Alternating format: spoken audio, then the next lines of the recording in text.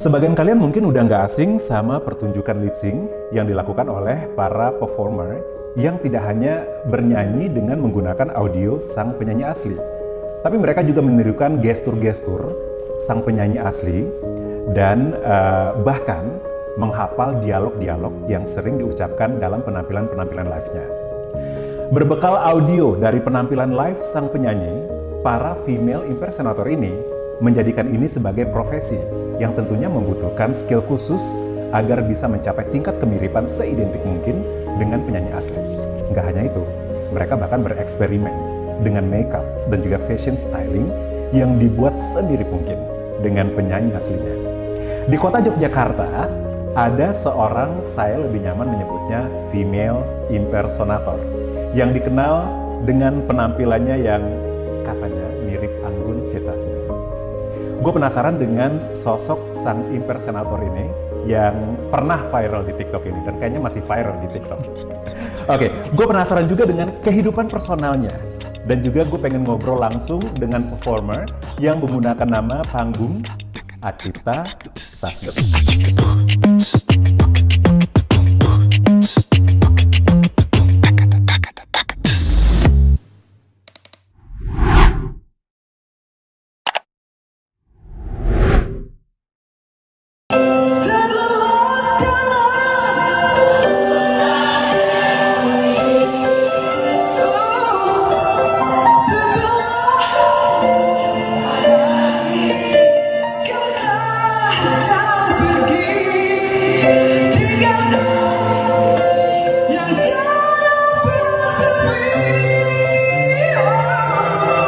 Oke, gue sudah bersama Acipta Sasmi. Hai, selamat sore. Halo.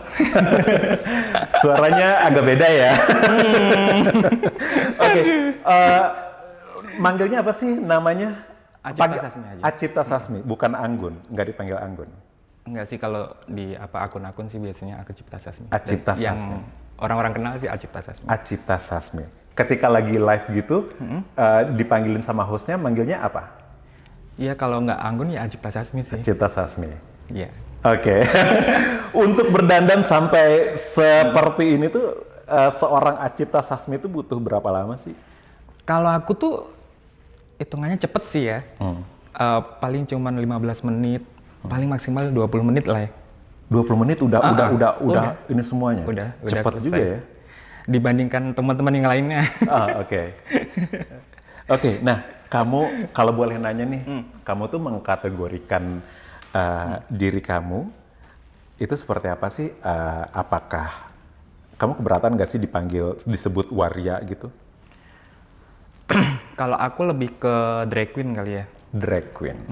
Oke. Kalau waria itu kan mungkin orang mengiranya itu kayak dandannya 24 jam. Oke. Udah jadi jati dirinya 24 jam. Gitu ya. Oke. Cuman kalau aku kan biasanya makeup dan seperti ini cuman buat show aja, buat perform aja. Jadi sebatas profesional aja. Gitu. Yang pertama kali mencetuskan ide untuk kamu tampil sebagai seperti Anggun itu siapa? Apakah kamu sendiri? Temen sih sebenarnya. Okay. Cuman karena dulu sempat ada lomba di Jogja, namanya Jogja Lip Sync Competition, itu tahun 2021 kalau nggak salah, 2011 sorry, 2011. Di situ awalnya tuh teman-teman aku tuh ngajakin buat buat ikutan gitu kan.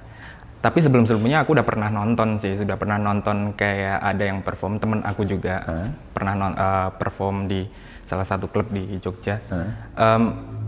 Aku pas waktu pertama kali nonton tuh kayak, wow keren banget ya. Kan saat itu dia peranin jadi Christina Aguilera. Itu kayak mirip banget, ya ampun ini keren banget gitu. Padahal aku udah tahu maksudnya kesehariannya seperti apa gitu kan. Enggak yang kayak gitu, cuman pas nonton tuh aku sendiri tuh ngerasa kayak speechless banget. Jadi pengen. Makanya terus pas waktu ada acara itu lomba, aku ikutan sama teman-teman juga, ada beberapa gitu yang ikut. Terus pada saat itu aku dapet juara favorit. Oke. Oh, berarti berawal dari lomba dulu. Dari lomba. Sama Anggun juga lomba dari kayaknya dulu. Iya kan? Oke. Dan kenapa aku bawain Anggun, ambil karakter Anggun karena emang sebenarnya aku udah ngefans dulu sama Anggun, udah ngefans dan aku pikir juga kayak lagu-lagu yang aku apal cuman Anggun lagunya, nggak ada yang lainnya gitu. Jadi pas waktu pertama sih awal-awal itu anak-anak pada ini aja bawain lagu-lagu artis-artis barat lah gitu, kayak Rihanna lah atau apa kan kulit juga coklat gitu kan, atau Beyonce atau apa. Aku nggak bisa ngedance gitu, udahlah gitu. Yang ya udah yang kamu bisa aja apa gitu. Ya udah terus aku apalnya cuman Anggun gitu. Ya udah Anggun aja nggak apa-apa. Toh juga di Jogja belum ada yang bawain Anggun gitu kan. Oke, berarti kamu dari awal udah memantapkan diri, oke, gue adalah Anggun gitu ya. Pede dong. Oke, menurut kamu 1 sampai 100 itu berapa persen kemiripan kamu sama Anggun? 80. Oh, pede ya. Oke.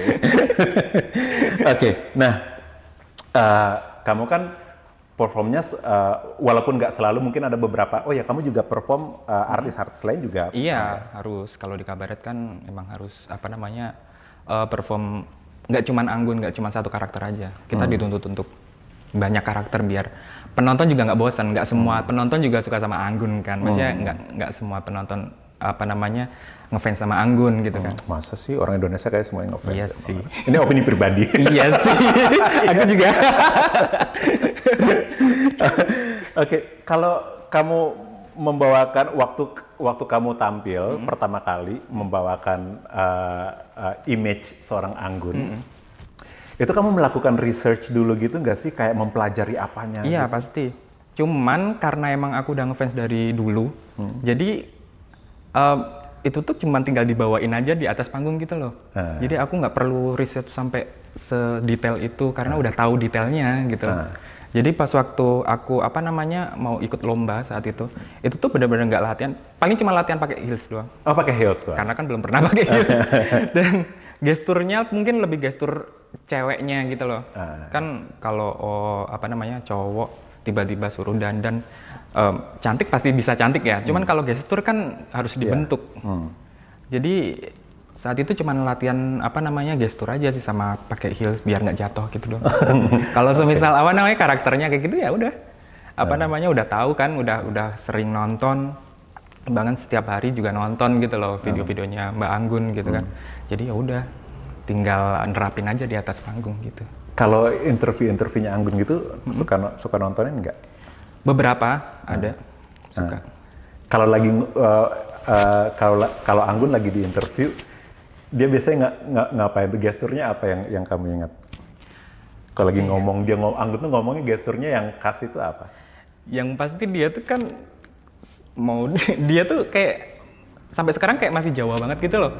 Dan sebenarnya gesturnya tuh lebih yang masih yang lembut, yang kayak gini-gini, yang apa sih kayak manja tapi manjanya perempuan-perempuan Jawa kayak gitu tuh kayak gimana sih? Kayak gitu nggak sih? Iya sih. Iya kan? Iya. Oke. Terus ini nih, untuk profesi kamu kamu menyebutnya ini berarti drag queen. Drag queen. Itu biasanya kalau seorang drag queen itu biasanya performnya di mana aja sih? Kalau aku kan karena ada istilahnya kayak wadah ya. Jadi ada di Jogja. Di Jogja itu kan ada satu tempat yang emang disiapkan untuk perform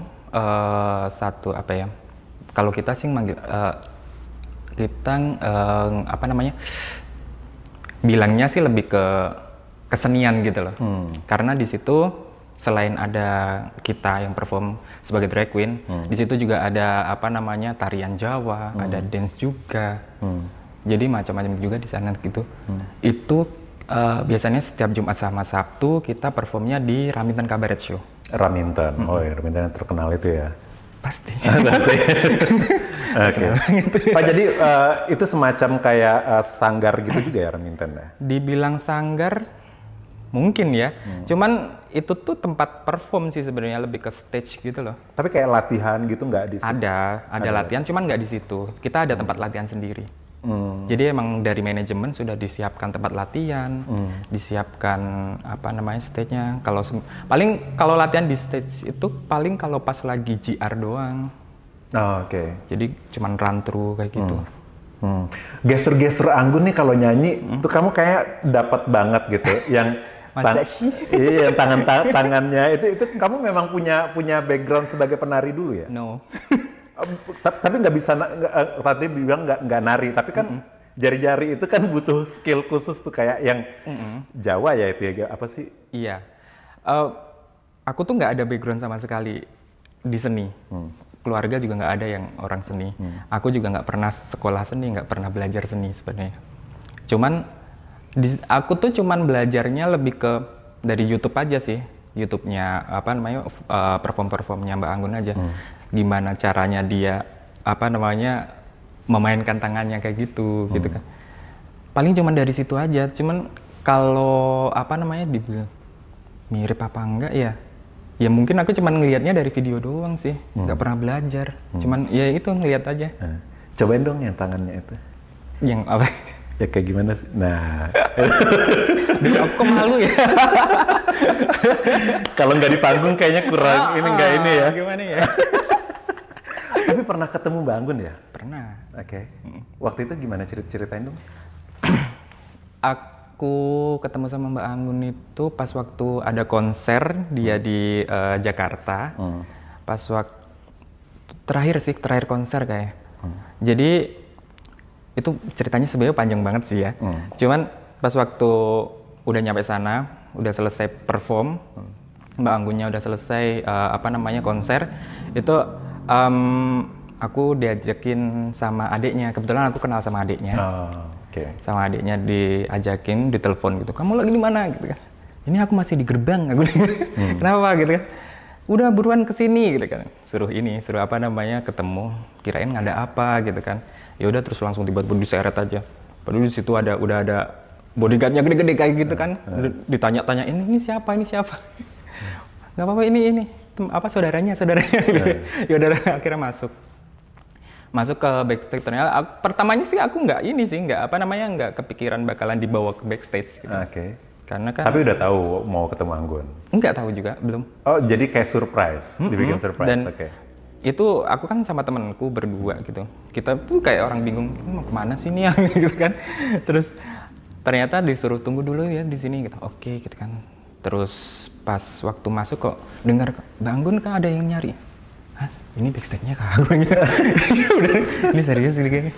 Tapi waktu itu dandan nggak? Enggak. Oh, nggak dandan. Ya, sayang ribet banget ya. tahu nonton konser sudah. Lagi nggak tahu juga sih ya bakal ketemu Anggun. Oke. Iya.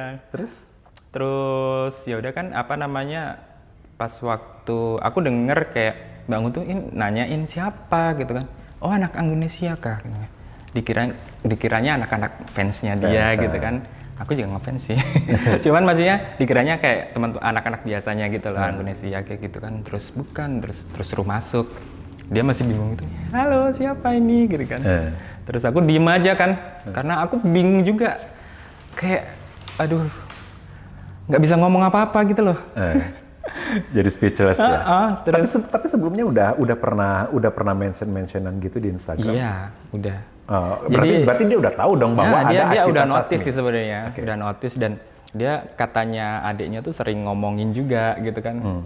Kok ada yang mirip ini kayak gitu. Terus sering apa namanya nge-like, sering apa namanya komen kayak gitu. Makanya pas waktu apa namanya ketemu ditanyain kayak gitu, dikasih tahu ini loh yang anak kabaret yang ada di Jogja, terus dia shock gitu. Kayak serius? Kok begini kok laki gitu. Aslinya laki. Oke. Terus ya udah terus dia tuh masih yang nggak percaya gitu kan. Sampai ada suaminya, ada siapa namanya anaknya. Oh, Kirana ikut. Ada Kirana terus siapa ini gitu. Ini yang sering kita lihat di Instagram gitu. Mereka tuh sampai yang melongo. Biasanya nggak kebayang bentuknya beda soalnya. Dia tuh mikirnya kayak aku tuh tinggi gitu kan. Maksudnya lebih tinggi daripada ini gitu. Kirain kamu tuh tinggi gitu. Dia seneng banget sih ngeliatnya kayak. Aku pun juga nggak bisa ngomong apa-apa sih ngeliat. Jadi speechless ya? Iya. Oke, balik lagi ke profesi kamu nih, sejak pandemi. Berarti, jadwal manggung otomatis off sama sekali? Off sama sekali. Terus how do you survive? Kayak gimana dengan survive untuk sehari-hari? Kebetulan sebelumnya aku kan sempat kerja di salah satu perusahaan lah sebagai akuntan. Dan itu tuh akuntan loh sebenarnya aslinya. Jangan sembarangan. Jangan sembarangan ya. S1. S1. Ingat. Oke. Iya, jadi tuh sebelumnya aku sempat kerja di salah satu perusahaan dan kok kebetulan tuh aku juga resign di tahun 2019 akhir. Nah, nggak taunya ternyata tahun 2020 ada pandemi gitu. Cuman awalnya sih masih aman sih ya, masih ada show. Cuman pas waktu 2021 kalau nggak salah. Nah, 2021 itu udah mulai mulai gencar kan pandemi di Indonesia kayak gitu. Mau nggak mau harus di offin juga karena PPKM, karena PSBB itu. Terus tahun 2021 tuh sempet off di awal tahun. Sempet mulai lagi, tapi cuma sebulan kalau nggak salah ya. Cuma sebulan doang, terus habis itu off. Nah, di situ kayak ya udah jadi pengangguran aja di rumah. Ngabisin tabungan. Oke. S1 ngabisin tabungannya begini. Ngabisin tabungan. Bicara soal orientasi seksual, kamu ini penyuka sesama jenis atau? Sebelum kamu ngomong kayak gitu, Mbok, ya kamu tuh ngeliat dulu, nonton dulu pertunjukan kita seperti apa gitu loh. Jangan asal menyimpulkan seperti itu. Oke, dengan kata lain orientasi seksual itu bukan bawaan lahir. Aku tuh masih nggak suka kalau dibilang waria. Jadi menurut kamu yang kamu lakukan ini nggak benar?